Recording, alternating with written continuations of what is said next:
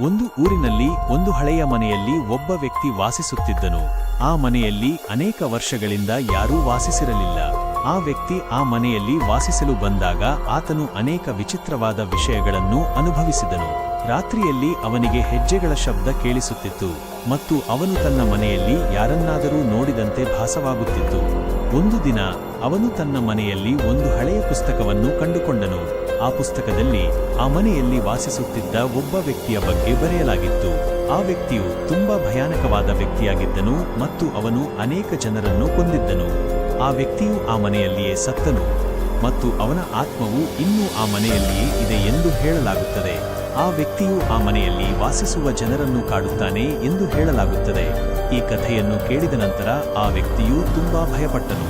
ಅವನು ಆ ಮನೆಯನ್ನು ಬಿಟ್ಟು ಹೋಗಲು ನಿರ್ಧರಿಸಿದನು. ಆದರೆ ಅವನು ಆ ಮನೆಯನ್ನು ಬಿಟ್ಟು ಹೋಗುವ ಮೊದಲು ಅವನು ಆ ಪುಸ್ತಕವನ್ನು ಓದಲು ನಿರ್ಧರಿಸಿದನು.